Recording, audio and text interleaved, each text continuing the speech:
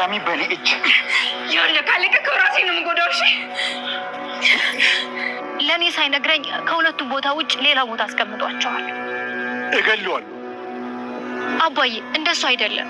ተመስገን ተናዶ የሆነ ነገር እንዳያደርግ ምከረው። ወይኔ አባዬ አይ ካረል ተመስገን እዚህ ድረስ መጥቶ ድጋሚ ደብድቦት ነው ሄደው። ደግ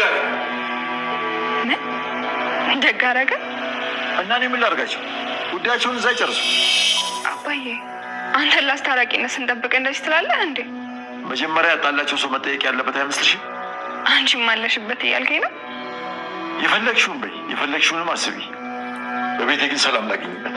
አባዬ ይሄ ልጅ ግን በእጄ ስበብ ሊሆን ነው። የተወኩትን ዱላ መማዘዝ ሊያስጀምረኝ ነው።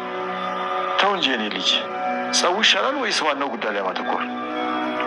ዋናው ጉዳዩ ላይ ማተኮር ግን ደግሞ አባዬ አፉ ትሁት ናት። እሷ ደግሞ ጉዳዩ አልገባት። ትሁቴ የዋህ ናት። ጥሩ ልብ ስላላት ነው እሱ የሚሸውዳት። ያወቀችው ጊዜ ግን አንቅራ ነው የምትተፋው። እስካውቀው ድረስ እስከዛ ስንት ነገር ተበላሽቶ እንችለዋለን። እንግዲህ ያለው አማራጭ እሷ እስከምታውቀው ድረስ ምንም አለመናገር። እሺ አባዬ እሞክራለሁ። በፍጥነት ማግባት እፈልጋለሁ። ምን? አዎ ተመስገን አሁን እየመጣበት ያለው መንገድ ልክ አይደለም። እኔን ትቶ እኮ ናቲን ማጥቃት እየጀመረ ነው። ለእኔ አታስቢ ትሁቴ።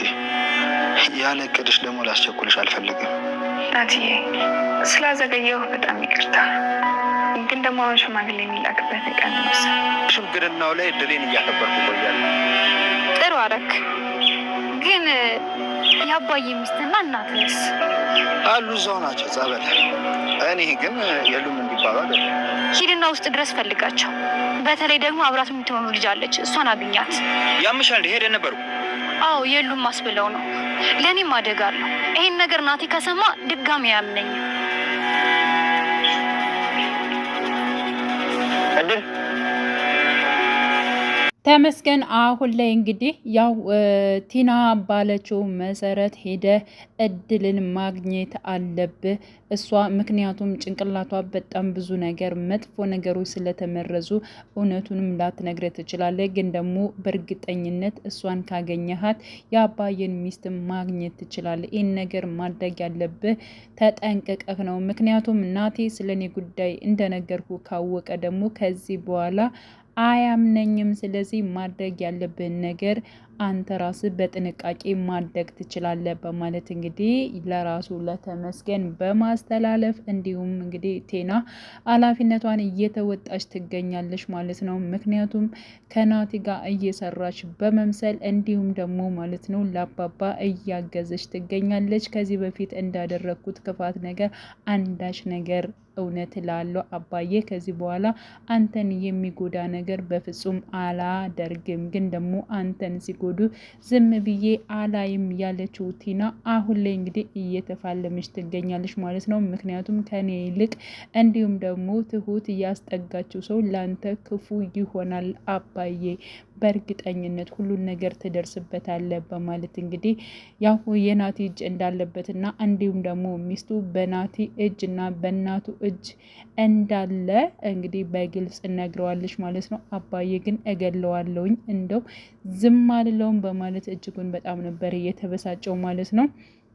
ቲናም እንደዚህ ማድረግ የለብም አባዬ፣ ሁሉም ነገር ቀስ ብሎ በሂደት መሆን ያለበትን ነገር መጋለጥ ያለበትን ነገር እናጋልጣለን እንጂ እንደዚህ ባንዴ መናደድ የለብም።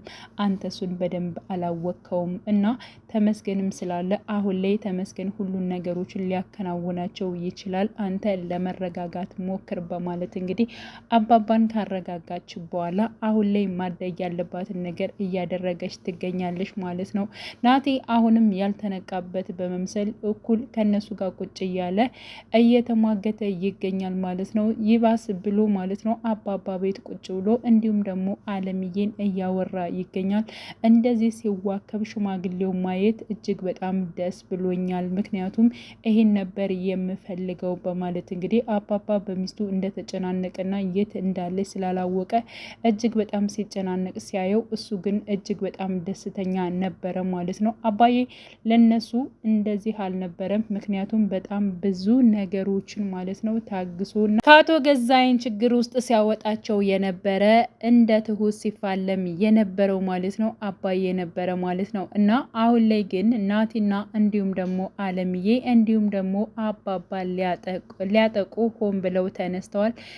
ለኛ ካልሆነ ለማንም ሊሆን አይገባም ከሚል አንጻር ማለት ነው። ያ ማለት እንግዲህ ራስ ወዳድነት ነው። አለምዬም ላይ እንዲሁም ደግሞ ናቲ ላይም ያየነው የራስ መውደድ ነገር ነው ማለት ነው።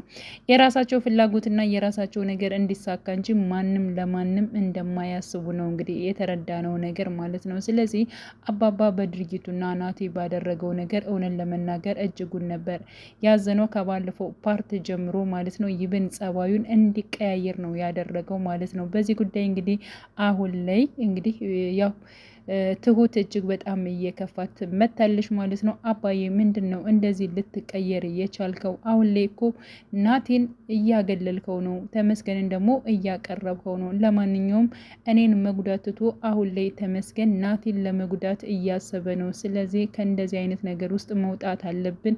አሁን ላይ የኔና ያንተ አብሮነት እንደዚህ የሚያናድዳቸው የሚያናጫቸው ከሆነ ደግሞ ተጋብተን እናሳያቸዋለን በማለት እንግዲህ ትሁት በጣም ውሳኔዎችን ፈጠን ብላ እየወሰነች ትገኛለች ማለት ነው። ምክንያቱም የአባባ ሚስትን ፍለጋ ራሱ ተመስገን ስለጀመረ አሁን ላይ እንግዲህ ወደ ህይወቴ መመለስ አለብኝ፣ ነገሮቹ ጥሩ እየሄዱ አይደለም፣ እንዲሁም ተመስገን እኔን ማጥቃት ትቶ አሁንም የምወደውን የማፈቅረውን ናቴን እያጠቀው ነው። እንደዚህ ሲሆን ደግሞ እኔ ቁጭ ብዬ ማየት አልፈልግም። ከዚህ በኋላ ናቴን ማግባት እፈልጋለሁ። ናቴ ከዛሬ ጀምሮ ሽማግሌ መላክ ትችላለህ፣ መጋባት እንችላለን። ከዚህ በላይ እኔ ነገሮቹ ሲበላሹ ዝም ብዬ ማየት አልፈልግም እያለችው ትሁት እንግዲህ አሁን ላይ ማለት ነው ናቲ ሽማግሌ እንዲልክ ፈቃደኛ እንደሆነች በአባባ ፊት ተናግራለች ማለት ነው።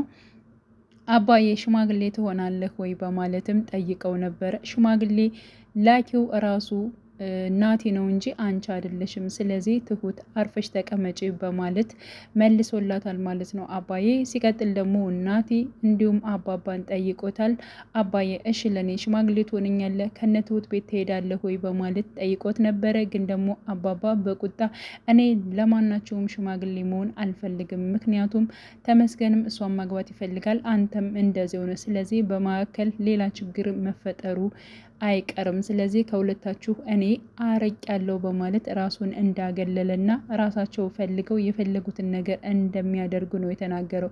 ሲቀጥል ደግሞ አሁን ላይ ማለት ነው በትሁት ችኩልናና በሚሆነው ነገር አባባ እያዘነ ይገኛል ማለት ነው። ትሁት ማግባት እፈልጋለሁ ናቴ አሁኑኑ ሽማግሌ መላክ ትችላለህ ስትል እንግዲህ አባባ አንገቱን ነበር እየነቀነቀ ማለት ነው። ምክንያቱም ትሁት ያው ለሱ በጣም መልካም ልጅ እንደሆነች አሁንም ደግሞ ጥሩ እንደሆነችም በተመስገን ፊት ሲናገር ነበረ ማለት ነው። ግን ደግሞ ትሁት ችግሯ ዘውር ብላ ያላየችው ነገር አለ ማለት ነው። እሱ ምንድን ነው?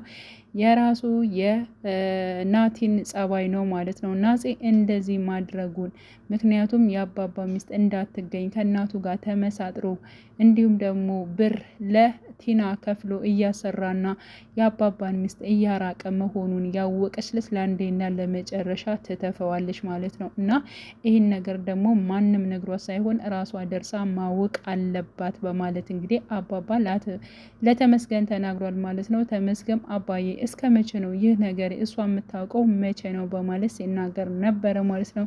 ግን ደግሞ እኛ ብንነግራት እሷ ምንም ልታምን አትችልም። ስለዚህ ተመስገን መታገስ አለብን፣ ራሷ ባይኗ ማየት አለባት በማለት እንግዲህ የናትን ድርጊትና የናትን ክፋት ራሷ ትሁት ማየት እንዳለባት እንግዲህ አባባ በግልጽ ተናግሯል ማለት ነው። አሁን ላይ እንግዲህ ቲና እጅጉን በጣም ነበረ ናቲን የተቆጣችው። ትናንትና ተነጋግረን በተመሳሳይ ወቅት ከዛ ቦታ እንደምትቀመጥ ነበረ እየተነጋገር ነው። አንተ ግን አብረህ የመስራቱን ፍላጎት ያለህ አይመስለኝም።